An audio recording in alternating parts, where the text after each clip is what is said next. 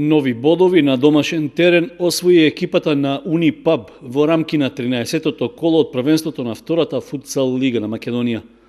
Нашиот футсал второлигаш беше домакин на средбата со тимот на Прилеп град Херој, против кого извојува важна победа од 5-3.